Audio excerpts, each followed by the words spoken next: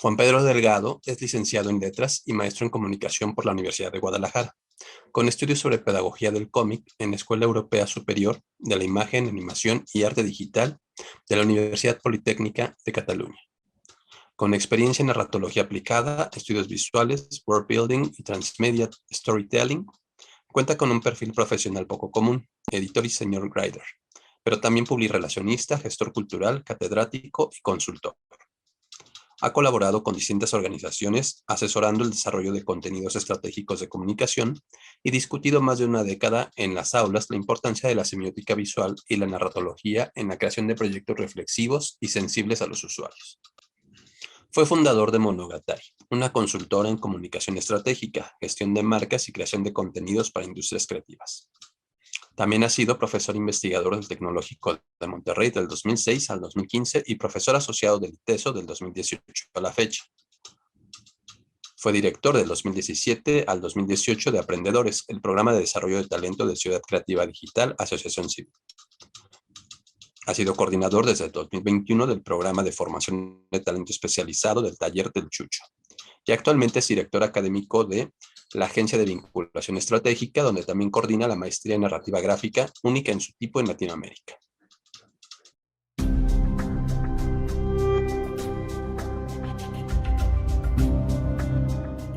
Primero te cuento por qué yo me acerqué a la narrativa gráfica y a partir de ahí cómo fui cayendo en este campo. Yo aprendí a leer por cómics. Mis padres me permitían leer todos los cómics y me compraban todos los cómics que quisieran, desde Avengers hasta Tarzán, hasta Chanot, la animación, todo lo que se pudiera llegar. Entonces crecí con este hábito de, antes de la escuela, de la relación texto-imagen, a pesar de que no supiera leer y escribir, y luego, precisamente por este acercamiento a los cómics, decidí estudiar literatura. Porque me parecía que en algún momento tendría que avanzar y dejar este formato menor y brincar a literatura, y luego me arrepentí, ¿no? O sea, me encantó estudiar literatura y todo esto, pero siempre me arrastraba hacia la parte, o volvía a caer, como si fuera un vicio, a la parte de los cómics y volver a comprar y volver otra vez a esta idea de entre coleccionismo, pero también por el disfrute de esta mezcla de artes visuales, artes gráficas y literatura, ¿no? Por ahí entró mi curiosidad. Pero con el tiempo y que me he acercado desde diferentes maneras, me interesa como industria, me parece importantísimo analizarla como un fenómeno de consumo y de producción y todo en diferentes momentos, pero me interesa también como un fenómeno pedagógico de cómo se educa el ojo y también se desarrollan patrones cognitivos mucho más acelerados que utilizando otro tipo de recursos, ¿no?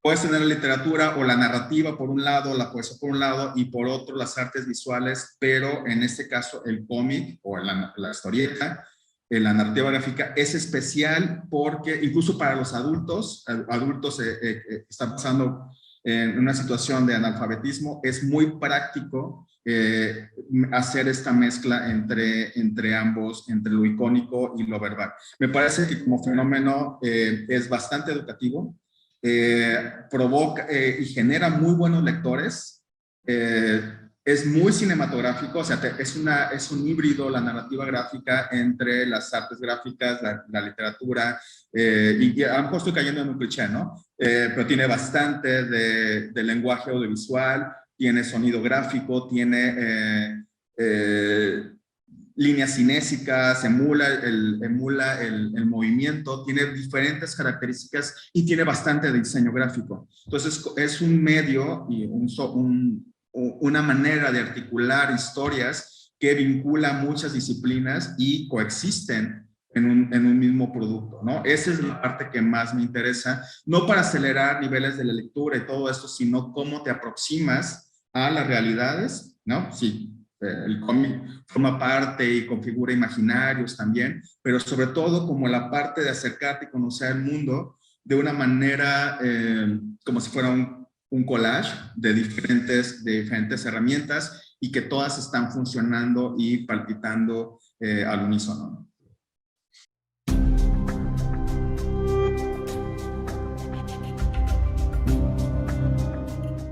no sé si tú lo experimentaste con tus padres, se leía muchísimo pulp en mi casa, Lágrimas y Risas, por ejemplo, Calimán, y todo esto. Mi padre era historiador, entonces, bueno, gracias que no se centró en un solo, pero para él era estimulante o le agradaba que leyéramos, ¿no? Lo que sea, pero que leyéramos. Pero seguían teniendo esta idea miope del cómic porque nos tocó el Comic Code Authority. Entonces, todo lo que nos llegaba de superhéroes era ingenuo, era repetitivo, era naif, ¿no?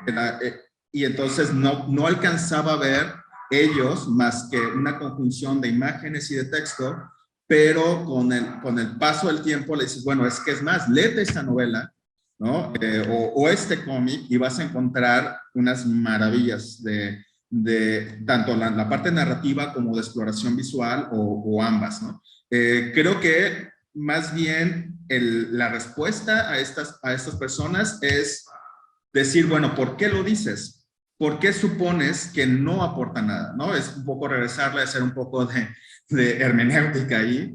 Primero, para conocer desde dónde están viendo este fenómeno de comprensión de lo narrativo y de lo icónico secuencial armado, y luego decir, bueno, es que solamente tienes una visión muy parcializada y un prejuicio que a lo mejor te quedaste en los años 70 o en los años 80 con la historieta del albur y sensacional y todo esto, y como fenómeno de masas es explicable, pero también como un fenómeno personal de crecimiento también es algo que merecería la pena que te dieras la oportunidad, ¿no? de retomarlo. Dirigidos. Hace poco hubo un estímulo en Francia, no recuerdo bien la cantidad, pero digamos eran 200 euros por cada adolescente que repartió el gobierno francés, quizás un poco más, y lo sorprendente es que se los dio a los adolescentes para que lo gastaran en lo que quisieran que tuviera que ver con cultura, ¿no? Y lo gastaron en manga, ¿no? Como no había ningún filtro, la gran sorpresa del gobierno francés y la gran crítica es que no pusieron reglas, y entonces en lugar de comprar bande cine decidieron comprar manga, ¿no? Y eso te dice también el nivel de penetración de un formato y de una manera de contar, y también que están prefiriendo no discos, no videojuegos, sino que estaban prefiriendo precisamente manga, y eso es un hecho sociológico, ¿no? Que debería importarle también a la parte pedagógica, a la parte de las instituciones educativas, es decir, ¿por qué está ocurriendo? ¿Por qué esta apertura? Porque a fin de cuentas lo consideran un producto extranjero, ¿no? Con inmensa penetración, y es un asunto intercultural también que debería cuestionarse, y como fenómeno cultural estudiarse y también retomarse y apropiarse en las clases. Si los alumnos están leyendo manga y el profesor de literatura tiene una idea de prejuicio de eso es baja cultura, ¿no? Y no han leído Death Note y no han leído Monster, entonces es el que tiene el prejuicio, el que tiene el problema es el profesor, porque si ya están leyendo, ese es el andamio que necesita el profesor para jalarlos y los puede dirigir hacia la literatura nada más, ¿no? Que no me parece como exactamente la mejor idea, pero podría ir a aprovechar esa sinergia para irlos encaminando, ¿no? O vincular esa lectura en una perspectiva más transmedial, vincular el hecho de que lean Monster con Dr. Jekyll, por ejemplo, y llevártelo a una novela, pero si no articulas y no aprovechas algo que ya tienes ahí en la mano, pues entonces es un problema de articulación desde lo pedagógico y no es un problema de los chicos.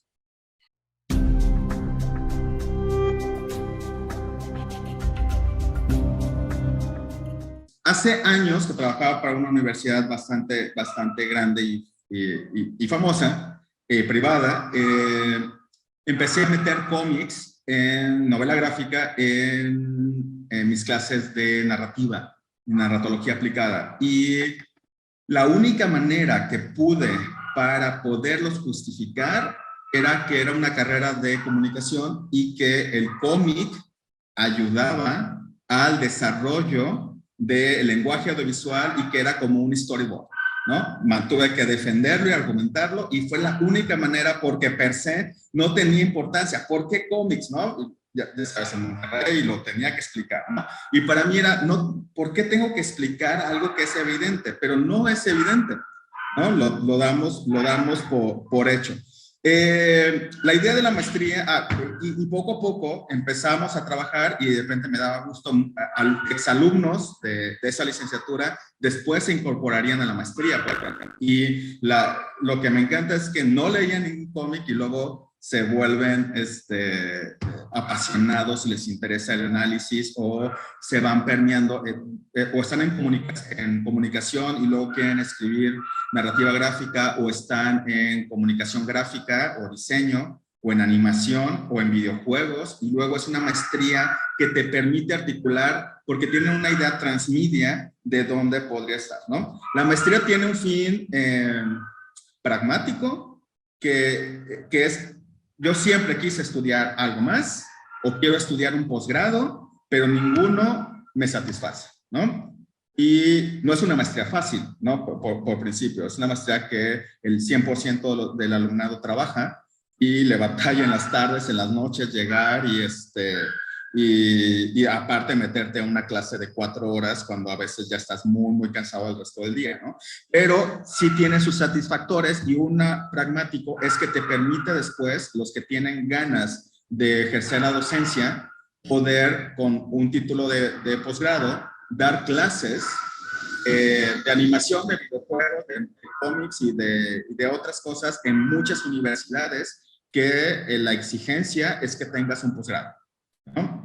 Hay un nicho por ahí, pero no fue por eso que se abrió el posgrado. De hecho, no fue idea mía, yo ni siquiera sabía de que se iban a abrir una maestría, más bien ahí caí por rebote. Fue una idea del gobierno de Jalisco que cuando se dio cuenta que en Angoulême había una gran escuela y era una meca, una de las mecas de la narrativa gráfica, se estableció el convenio, ellos tienen un posgrado, una maestría en narrativa gráfica y un doctorado en narrativa gráfica, se hizo el proyecto de la transferencia de conocimiento, que era la primera vez que se hacía en Latinoamérica, de mover ese modelo, que obviamente ya te imaginarás que mover un modelo europeo a México se tienen que hacer todas las adecuaciones del mundo, ¿no? Y hicieron un headhunting, una búsqueda de personas que fueran académicos, que tuvieran experiencia, que fuéramos lo que Henry Jenkins llama acafén, ¿no? Que fuéramos académicos y al mismo tiempo fuéramos fanáticos, ¿no? Seguidores del cómic.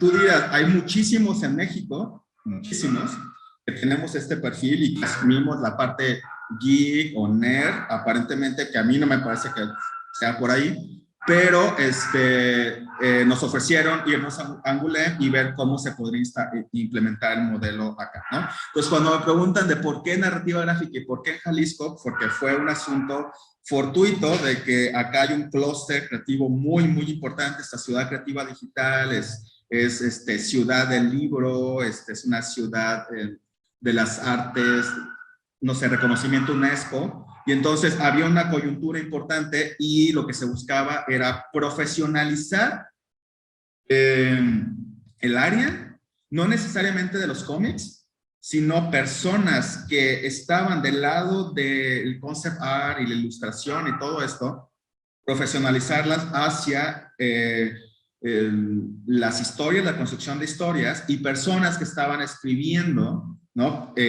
También pudieran tener este acercamiento para acá, ¿no? La maestría no necesariamente forma creadores, ¿no? Porque ese es un punto importantísimo. A mí me gustaría que salieran más editores, ¿no? Por ejemplo, más editores y más las personas agentes literarios, o sea, agentes de narrativa gráfica que les sepan al negocio y que generen plataformas y toda la parte de la industria, nada más, ¿no? Que hay una línea de la maestría que lo retoma, pero generalmente van hacia la creación, ¿no? si me preguntas por qué, es porque fue furtivo, pero con el paso del tiempo, a mí me parece que es muy importante, más allá de lo pragmático, de estar generando esta discusión continua. A lo mejor es un placebo, obviamente, ¿no? En términos de impacto nacional de la industria creativa, que fue muy golpeada durante muchos años y que está resurgiendo por, ya sea por las tradumaquetas y el cómic gratis y el mundo cinemático Marvel, o porque lo venden en los supermercados, ¿no? Y hay un deal en cualquier puesto lo puedes encontrar, pero tú y yo recordamos la parte donde era muy triste ir a un puesto de revistas que nada más hubiera 2 o 3 cosas que digerir, ¿no? Hay una industria detrás, pero también es un fenómeno de estudios visuales, es un fenómeno de estética, es un fenómeno de narrativa, de transmedia, de diálogos con otras empresas y con otras plataformas, y para eso está la maestría. Es un asunto de investigación, de reflexión, de discutir caminos, de invitar a personajes claves de, oye, tú eres el experto mexicano o uno de los expertos mexicanos en historieta mexicana de los 80s, oye, cuéntanos, ¿qué ocurrió en ese momento, no? O tú estás haciendo activismo, pero al mismo tiempo estás haciendo cómic periodismo, cuéntanos, ¿qué ocurrió? Creo que los posgrados tienden a ser, los que no son ejecutivos, tienden a generar espacios de diálogo y de crítica, y también de continua reflexión hacia dónde va el campo, ¿no? Desde diferentes aristas en cómo está organizado el programa.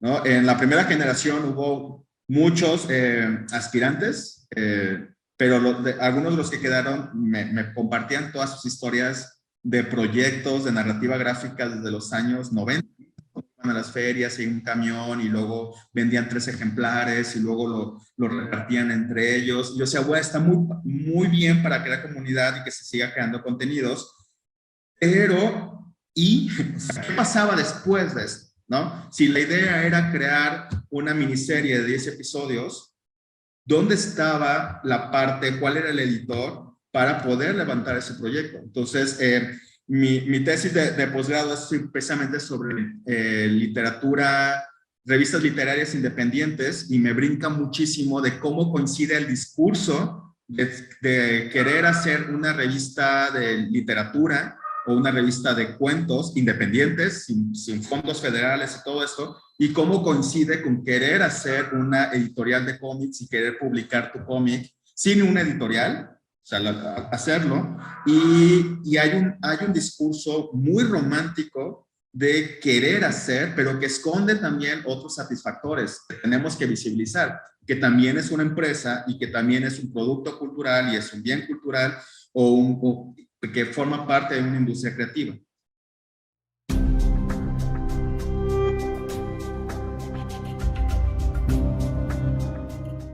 No, porque lo que te puede decir este editor, si se lo toma en serio, es los criterios de la editorial van para acá y este es el nicho que queremos explorar, ¿no? Pero no puede decirte de una sola tendencia, ¿no? Porque en este momento de tanta autopublicación y de nuevas maneras de circular las piezas, hay que imaginar que hay diferentes tipos de editores, ¿no? Como agentes que son mediadores. No sé si la consideras desfasada, pero un editor es un agente y es un intermediario también entre ciertos criterios empresariales o económicos y la oportunidad de publicar una muy buena historia y que tenga cierto valor narrativo y gráfico, ¿no? En los casos de los cómics. Pero puede ser el editor que tiene una plataforma de cómic online y que tiene cierta lógica también, ¿no? Y que no es, publicamos todo, ¿no? Estaba pensando en Fantasgraphic, la editorial, ¿no? Que tiene muy buen perfil, que tiene cierta inercia del estilo del dibujo también y el tipo de historia.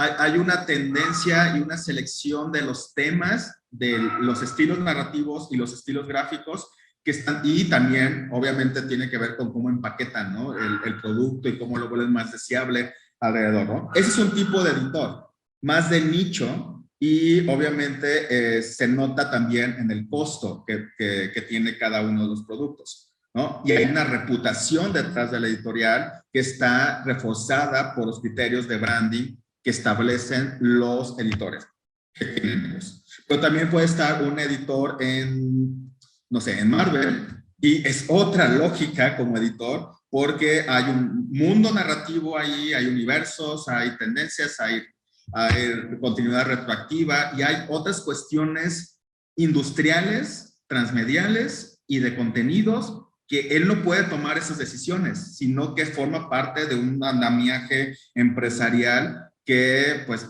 él está replicando y trata de tomar, ¿no? Y conocemos editores que les ha costado el tiempo, el puesto, publicar una historia o empecinarse a contar, y otros que han sido despedidos porque tuvieron una muy mala elección. Luego tienes editores más de, como los inicios de Image, que empezaron a buscar ciertos tipos de historias, ciertos tipos de publicación, para no crear una macronarrativa de 1000 números, ¿no? Buscaban miniseries y de repente descubren que esas miniseries funcionan muy bien. A mí me gusta mucho lo que publica Image, entre lo fantástico y la ciencia ficción, y el tipo de historias que están eligiendo, y es otro perfil de editor mucho más a la casa de buenos formatos gráficos y también de buenas historias también, ¿no? Porque no están vinculados con que tengo que contar la historia de Batman otra vez, ¿no? Sino vamos a buscar algo más fresco. Y así me puedo ir en ese sentido, y creo que mencioné puras editoriales de Estados Unidos, ¿no?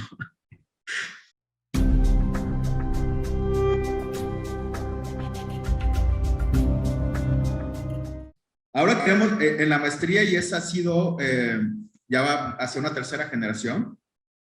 Ha pasado por momentos muy complicados. A lo mejor alguien nos escucha y dice, es que hay una maestría y entonces la maestría generan dinero y todo eso. No es rentable. O sea, la maestría se sostiene, pero no es del gobierno. Empezó como el gobierno la abandonó, nos dejaron a la deriva, y tuvimos que hacer de todo, ¿no? Para tratar de que sobreviviera en ese momento. Entonces, si me preguntas si hay un asunto de ego o de academia, o un asunto pretencioso de tener un posgrado, investigación y todo eso, pues sí, ojalá se pudiera generar investigación, y ojalá pudiera ser redituable, pero es un tema de que sí vemos el nicho y la importancia de generar esto, ¿no? Hasta el momento es la única de Latinoamérica. Ojalá se abrieran más programas, ojalá hubiera una licenciatura, por ejemplo, ¿no? Como en Savannah College, que hay una licenciatura en 3 años, es en arte, concept art, pero yo podría decir que es una maestría en cómics, ¿no? Si lo ves desde ahí, porque creo que sale bastante talento de esa escuela. Y ojalá en las prepas fuera una optativa. Es una optativa, ¿no? Pero una optativa, si se visibiliza en el currículum, tú sabes que una vez visibilizada y que tenga un lugar, ya es un gran avance, ¿no? Porque forma parte de algo, ¿no? Igual si alguien quiere tener una clase de economía doméstica y de pago de impuestos o de tanatología, pues también una maestría una materia en cómics serializada, ¿no? Porque te acerca a lo literario y te acerca a lo gráfico también. Entonces, es un asunto también desde las autoridades.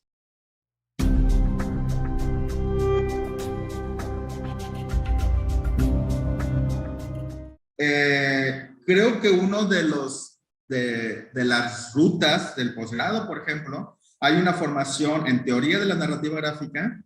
Hay otra línea de materias, son módulos, muchos módulos, 34 módulos en 2 años. Otra línea en historia de la narrativa gráfica, otra más en procesos editoriales, ¿no? Desde pues, software hasta cuestiones de criterios de ensamblado y de armado y maquetado y cosas por el estilo. Y otra más de la parte de creación, que son, le llamamos atelieres, el atelier de escritura, el atelier de narrativa gráfica, de dibujo, de pintado, cosas así, ¿no?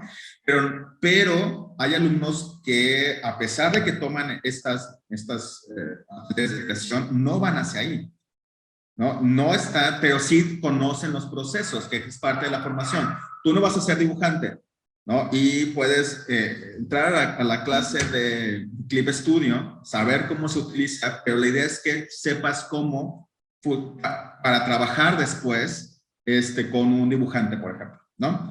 Pero uno de nuestros problemas, y lo tenemos súper reconocido, es que es un programa que empezó en Europa, con una lógica de trabajo donde los alumnos están el 100% dedicados al posgrado, ¿no? Y que tiene una visión eurocentrista el programa, ¿no? Al menos en sus inicios. Y cuando se intentó, una de las primeras, levanté la mano a ver, oiga, no podemos, tal cual el modelo no va a funcionar en México, no puede, nadie se va a comprometer en México, tenemos que asumir esto de que no pueden ir todos los días una sesión de 2 horas y luego quedarte a dibujar 5 horas. No, la realidad es muy, muy diferente, es el 100% trabajo y el 100% viene de la industria, de otras industrias derivadas. Entonces, sobre la marcha hemos tenido que hacer ajustes, tratando, por ejemplo, la parte de historia de la historieta mexicana está invisible, ¿no? O incluso de toda Latinoamérica. Con el paso queremos ir metiendo esto, ¿no? Y menos Europa, más América Latina, ¿no? Primero, ir generando también la propia, y recuperando la creación de la memoria histórica, me parece imprescindible para entender qué está ocurriendo en este momento y se están repitiendo algunas cuestiones, ¿no? Como la crisis de papel que está ahorita a nivel internacional. También tuvimos una crisis de papel en los años 80, ¿no? Y más cuestiones políticas también, ¿no? Pero que cómo la crisis de papel afecta también el formato y los contenidos y cómo se caen bastantes proyectos, ¿no? En ese sentido. Entonces, nuestra problemática es precisamente este tema que estás hablando de cómo o nos vamos a este acercamiento múltiple desde diferentes visiones de la narrativa y te acercas desde la parte, desde la investigación y los estudios culturales, los estudios visuales, desde la memoria y desde prácticas decoloniales de la imagen y cosas así, que es la parte académica, o generas entidades y ayudas y acompañas al alumnado en generar perfiles directamente aplicado a las necesidades del mercado, ¿no? Son dos decisiones que aún no aterrizamos ahí, ¿no? Porque primero era mantener viva la maestría y que sobreviviera después de que desapareció el gobierno y la transición y todo esto. Y yo creo que nuestra segunda tarea, ahora que está mucho más establecida, ahora es empezar a discutir los contenidos y definir esta parte. Por ejemplo, ya me dio gusto porque hace poco uno de nuestros egresados de la primera generación decidió dejar por el momento la parte de su proyecto creativo, ¿no? Y sabe que tiene habilidades porque es museógrafo, porque tiene formación en artes y en comunicación y coordina proyectos, de que su línea es más hacia la edición y hacia la figura del productor. El productor, que es una mezcla entre editor también, pero también esta persona que articula recursos para que algo se lleve a cabo, ¿no? Entonces, o nos consideramos como académicos que tiene su problemática en este momento en Latinoamérica y en el mundo, la idea de que las universidades ya dieron de sí, en términos que se han agotado el modelo universitario, y sobre todo porque se alejó del entendimiento de la realidad y más bien es como un simulacro acá, ¿no? Pero para que tenga valor una maestría, necesitas cumplir unos requisitos que nosotros no imponemos, que dependen de las autoridades, ¿no? Entonces, estamos atrapados entre qué cambios podemos hacer entre lo operativo y entre lo administrativo, pedagógico, que te dice un papel para que tenga validez oficial, ¿no? Si por mí fuera en ese sentido, si no fuera, si la gente no buscara en México el papel de validez oficial, pues podríamos saltarnos un montón y la maestría sería un lugar de experimentación continua. Pero como estamos en un modelo que es muy cerrado desde arriba, ¿no? Entonces tenemos que hacer estos ajustes, cumplir con cierto grado de contenidos, ¿no? Que lo interesante es migrarlos hacia la transferencia a campo, ¿no? Que todavía es la deuda de la maestría de cómo podemos hacer este salto de un contenido en clase teórico a que realmente genere una incidencia y estrategias claras fuera del campo, ¿no? Desde diferentes aristas, ¿no? Sí tenemos alumnos que entran por investigación y que publican papers y que les interesa esa parte y no deberíamos omitirlas, no nada más la parte de divulgación, sino también la difusión y tomártelo con toda la seriedad que mereces escribir un paper o una tesis, aunque yo preferiría papers porque se pueden disfrutar más, están más cercanos y aterrizados, hasta la otra parte de generar proyectos viables también, ¿no?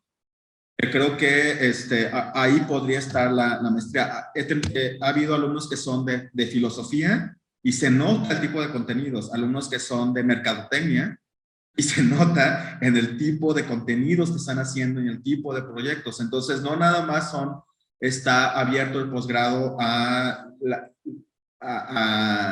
diseñadores o ilustradores, sino cualquiera que tenga desde otra esquina, ¿no? Incluso si hubiera un médico, por favor, ¿no? Los medical comics o los serious comics es oro, ¿no? Es una manera de acercarte también a la narrativa gráfica, quitándole la idea de que es entretenimiento también, ¿no? También es un instrumento de divulgación de la ciencia y ojalá hubiera más proyectos también, ¿no?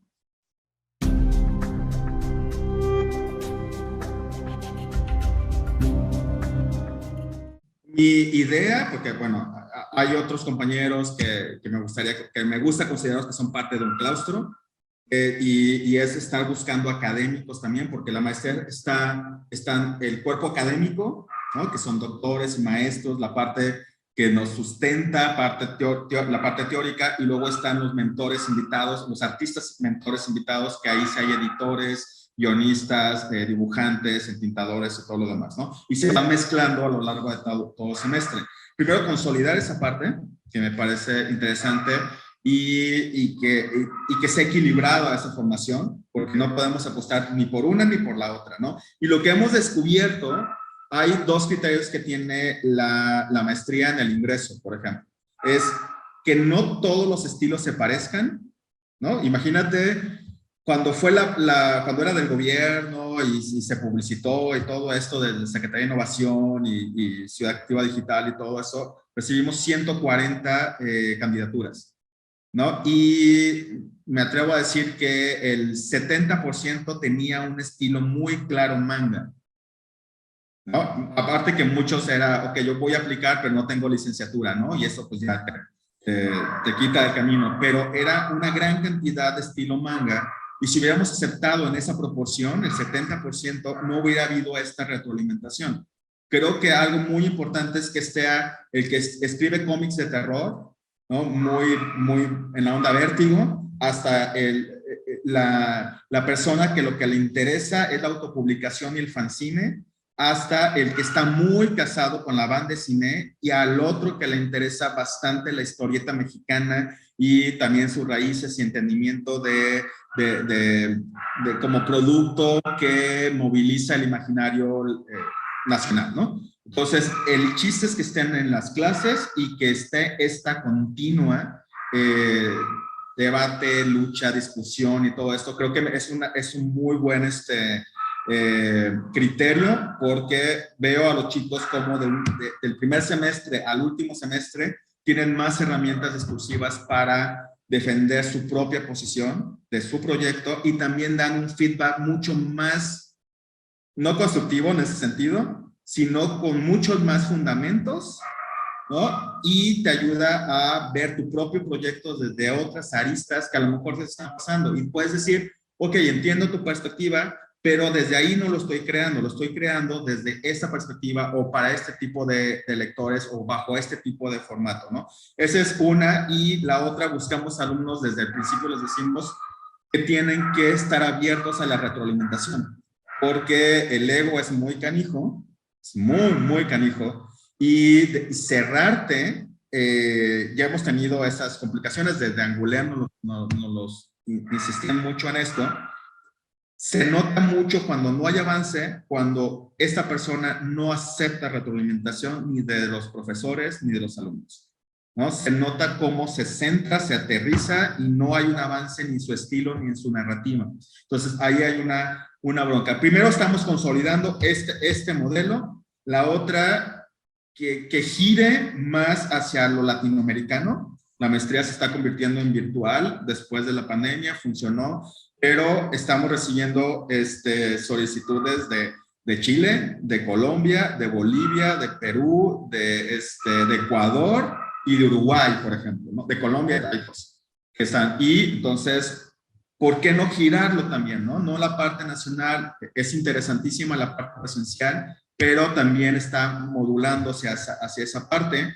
Y la tercera es implementar estrategias de divulgación de la narrativa gráfica. A mí personalmente, y quiero que ojalá algunos los recién egresados, porque han levantado la mano algunos, se incorporen en esto, es crear un observatorio de narrativa gráfica a nivel latinoamericano, ¿no? Ya entre todo el grupo de la primera generación hicimos un vaciado de indicadores posibles, lo estuvimos trabajando y todo esto. No lo hemos implementado, pero supongo que va a ser en bucles, ¿no? Primero una aproximación, crear un white paper de resultados anuales que se está produciendo, pero eso es a partir de que generemos comunidad. Si no nos acercamos de buena lid oye, es que es interesante y construyamos entre todos, ¿no? Una idea de qué se publica, no nada más como industria, al menos lo interesante es saber qué tipo de formatos, cuánto duran, o sea,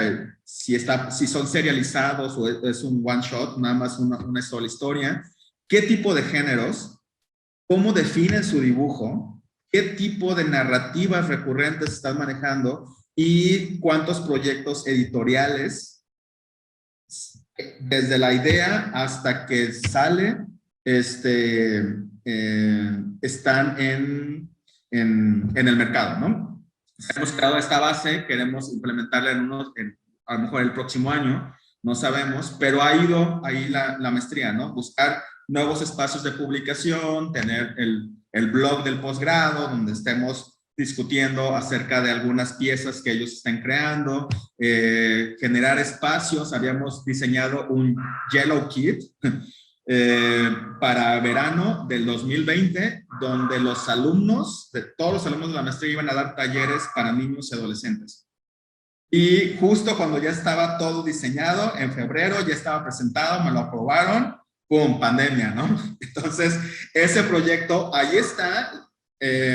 Queríamos hacer ese verano distribuidos en una semana dibuja, una semana escribe, una semana dibuja, una semana arma, otra semana publica, y hacer como una especie de línea de ensamblaje para niños entre 8 y 12 años, que creo que el modelo era muy lindo, y bueno, se detuvo, ¿no? Entonces, estamos viviendo en este periodo de hacia dónde va el posgrado a partir de estos dos ajustes. Primero, el golpe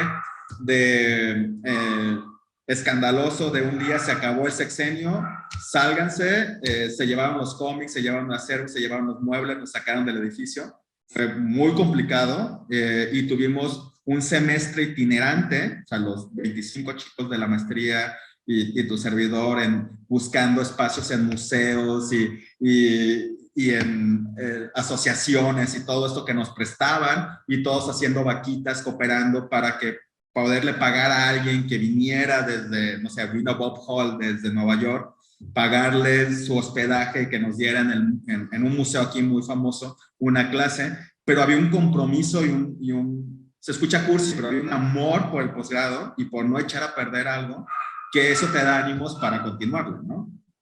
Entonces, primero fue eso y luego la pandemia. Y entonces, me puedes hacer una pregunta de hacia dónde vamos. Ideas hay montones, pero es poco a poco. Y lo que he aprendido es no acelerar las curvas de producción, ¿no? Todo tiene un ciclo y a veces le metes todo y no es el tiempo a veces para tomar ciertas decisiones, ¿no? La maestría va a cumplir 4 años en 2022 y, por ejemplo, ya podemos hacer sugerencias ante las instituciones de hacer cambios curriculares.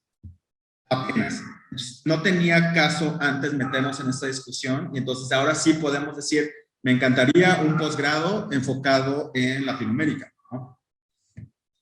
Y porque también es importante centrarnos en México, pero si piensas en términos región, también es muy importante, ¿no? Ya hay un profesor colombiano genial en la parte de guión, entonces tener diferentes artistas, mentores, invitados y otros creadores, a mí me parece fundamental también para eso, ¿no? Y que siempre la historia de la historieta mexicana siempre va a ser polémica. Invite a quien invite, de estos monstruos de la narrativa gráfica y de historieta, no es un asunto de ser cautelosos, sino buscar diferentes miradas de qué ocurrió o cómo ver lo que está ocurriendo como industria. Entonces, puedo invitar a charlar a alguien, tú lo has visto en tu proyecto, ¿no? Que hay diferentes visiones y que hay visiones muy polémicas acerca de dónde están viendo el mismo fenómeno. Entonces, sí creo que sí hay buena investigación de historieta mexicana. Hay gente que tiene doctorado en eso. Entonces, a fortalecer esta red, pero sobre todo abrirlo a Latinoamérica. Creo que para mí es fundamental ese sentido.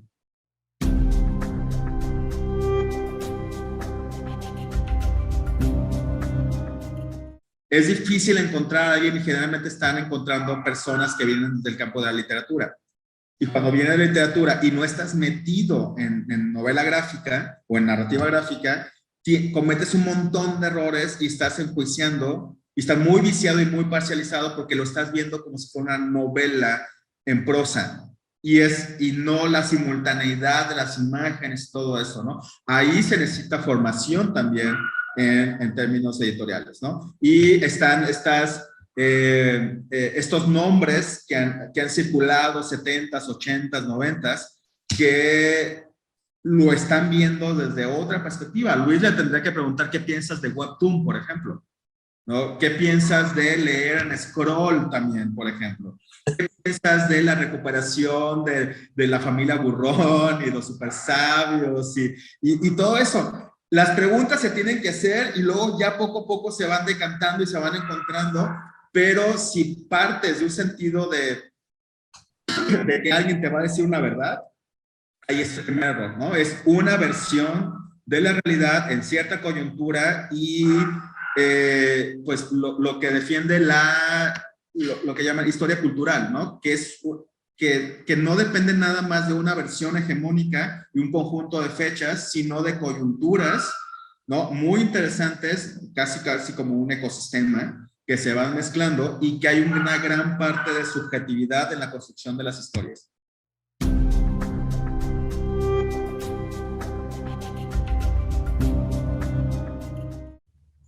Que toda obra, y me voy a escuchar muy sangrón, pero pensar que porque se te ocurrió, ya por eso no necesita trabajarse y merece ser publicado, ¿no? La idea de, ok, ¿no? Pero no trabajar un draft, 2 drafts, 3 drafts, o sea, versiones, sino muy desde el impulso, querer sacar una pieza y querer hacer todos los procesos todo, ¿no? Como si fuera la obra única. Creo que si a alguien le pega, genial, ¿no? Pero es un caso raro que alguien haga todos los papeles ahí, ¿no? Me gustaría que hubiera muchísimo mayor colaboración y me cuesta, por ejemplo, en el posgrado decir, oye, es que tú, ¿por qué no trabajas con tu compañero y crean entre los dos algo? Entonces, soltar la idea de mi idea, hay que llevarla a cabo como de lugar y como editor le puedes decir, oye, todavía no está madura, todavía le falta esto, o tu estilo gráfico se arriesgas a hacer esto y que suelten la parte del ego y que sacrifiquen su idea y hagan cambios radicales, ¿no? Eso es creo que es un vicio, ¿no? De dejar esa subjetividad del ego y apostar por entender mejor el mercado, ciertos sentidos de oportunidades, ciertas narrativas y la otra. Creo que la otra es pretender siempre el intertexto de lo latino o lo mexicano, ¿no? Está interesante, pero no siempre y en cada momento, o utilizarla como recurso, decir que Huitzilopochtli en tu historia ya hace una buena historia, ¿no? Y pensar que, porque lo veo mucho en el discurso, es la historia que todos necesitamos escuchar porque va a rescatar nuestras raíces, pero eso de rescatar nuestras raíces es el mismo discurso de hace 50, 60, 80 años. Yo tengo una clase en mundos narrativos que la hago de abogado del diablo, ¿no? Y entonces les pongo ejemplos de cómo justificas en México guerreros aztecas y penachos y todo esto, cuál es el discurso para buscar financiamiento y todo esto, para ver cómo están justificando la pertinencia de ese mundo, ¿no? Porque necesitas justificarlo cuando haces un pitch.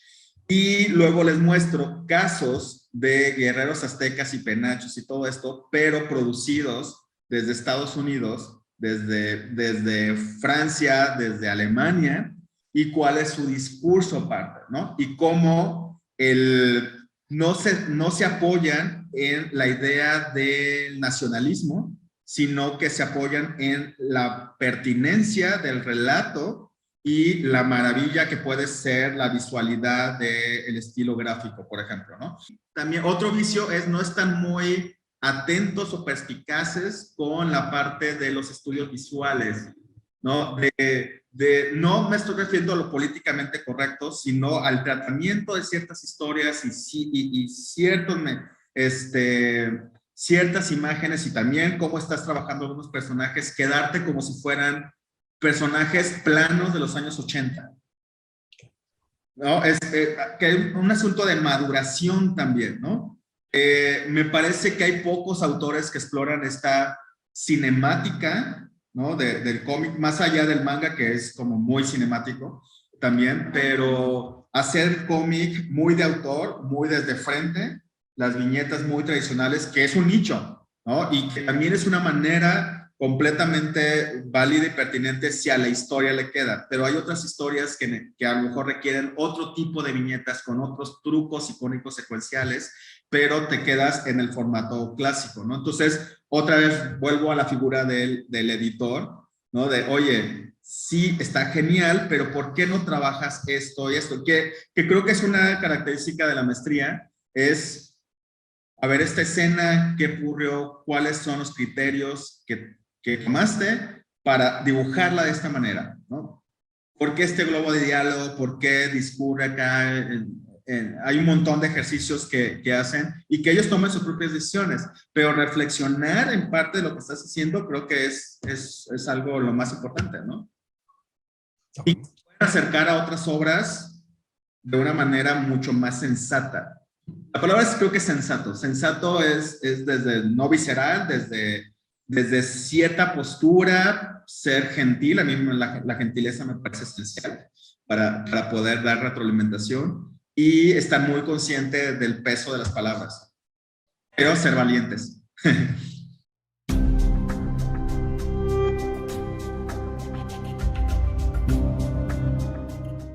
Una, que no se case con un tipo de contenido, ¿no? Es que si se va enfocando nada más en anime, por más 100 animes, 100 autores diferentes, pues se va a encasillar también con un ritmo, ¿no? Con un ritmo narrativo y con una configuración que es parte del formato, ¿no? Y si lees la línea, bueno, si lees un cómic francés es otro ritmo, otra manera de cerrar las historias. Y si lees el cómic de Estados Unidos de superhéroes, es otra manera de resolver. Yo le diría primero pluralidad y también cómo se está acercando a si lo que él quiere crear, si él quiere crear, entonces tiene que tener una doble lectura, ¿no? Una idea general de diferentes formatos, porque a fin de cuentas es un estímulo visual y narrativo, y también entender qué se está haciendo en su región o en su país.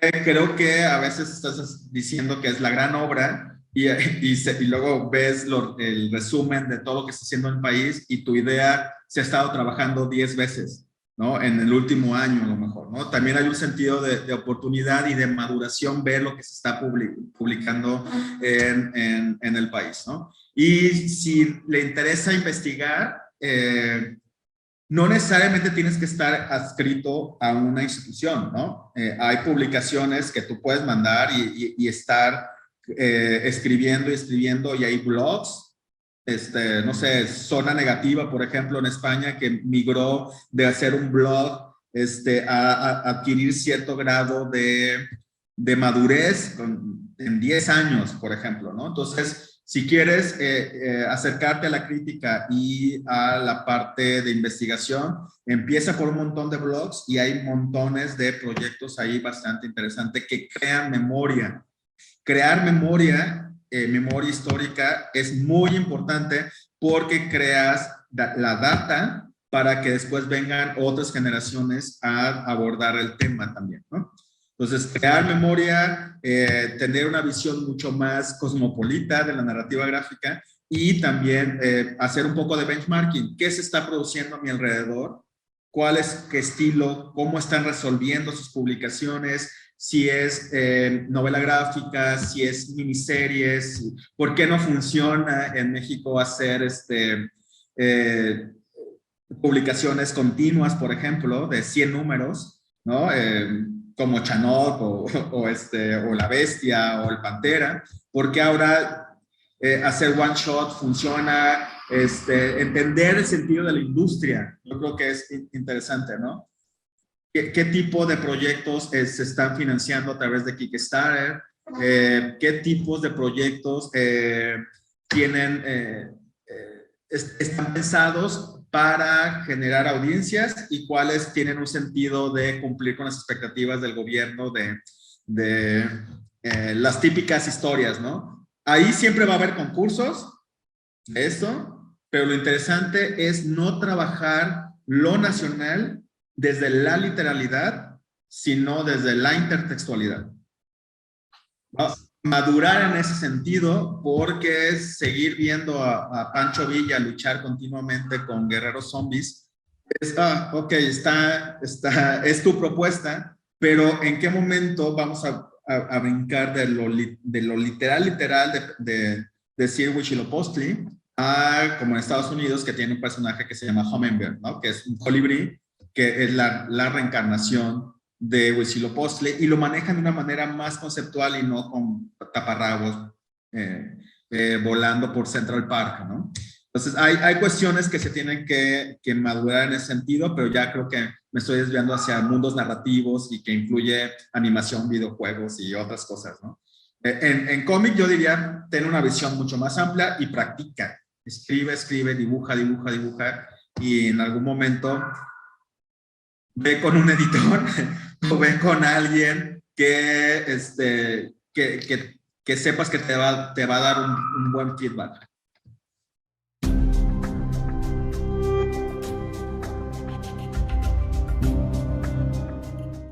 Pero acuérdate que cuando se publica un libro, siempre se supone que debes mandar 2 ejemplares a la Biblioteca Nacional y Biblioteca Local y todo eso. Pero si las bibliotecas no tienen ni la disposición, ni el espacio, ni los protocolos de cuidado, es obvio que se va a perder, ¿no? Yo hice investigación, contaba muchos años, y investigaba la presencia de los catalanes en México en los años 50, ¿no? Y entonces iba aquí a la biblioteca, la pública, la federal, la estatal, que se supone que tiene un gran acervo, y me sacaban legajos de periódicos de los años 50 envueltos en mecate, ¿no? Y entonces los ponían y se deshacían en el aire, ¿no? Tenía que tener cubrebocas y todo eso. Y era una vergüenza después de desamarrar todo, llevarlos al mostrador porque ya se había deshecho la mitad.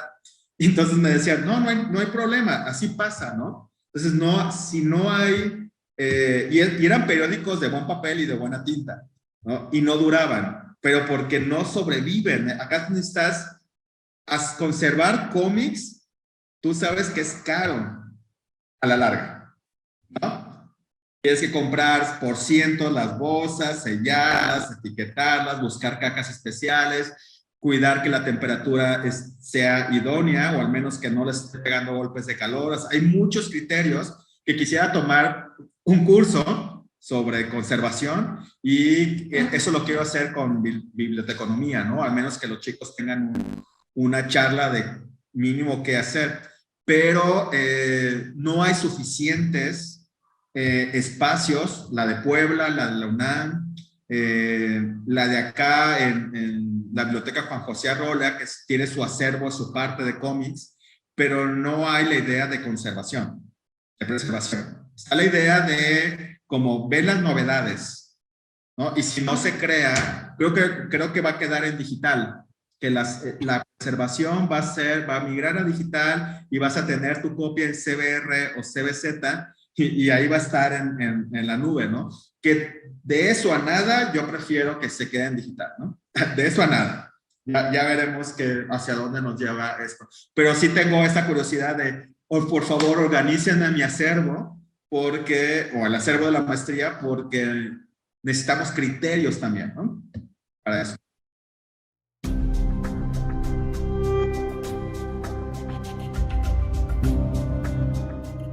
No, pues primero darte las gracias. Se había estado dilatando esta conversación porque siempre era estar apagando fuegos, ¿no? Y ahora ya por fin estamos en un momento divertido, pero ahora que la queremos escalar, viene otro fuego y así va este proyecto. Están ahorita abiertas los registros, las candidaturas. Queremos abrir también un grupo. Se abrió en plena pandemia otro grupo, entonces eso nos deja bastante satisfechos y ahora otro tercer grupo. Yo creo que mientras más se vaya reafianzando el proyecto, más vamos a ir entendiendo que siempre estamos experimentando y que el proyecto debe tener algo bueno en el fondo, porque tú ya entrevistaste a algunos, creo que tienen una muy buena impresión del posgrado, ¿no? O al menos sienten que les ayudó en madurar en algún aspecto de la visión primaria que tenían acerca del posgrado. Así que, pues, ahí están las puertas abiertas para ti y para quien escuche. Ojalá aplique, ¿no? Sí se la van a pasar a sufrir mucho, como debe ser todos los posgrados.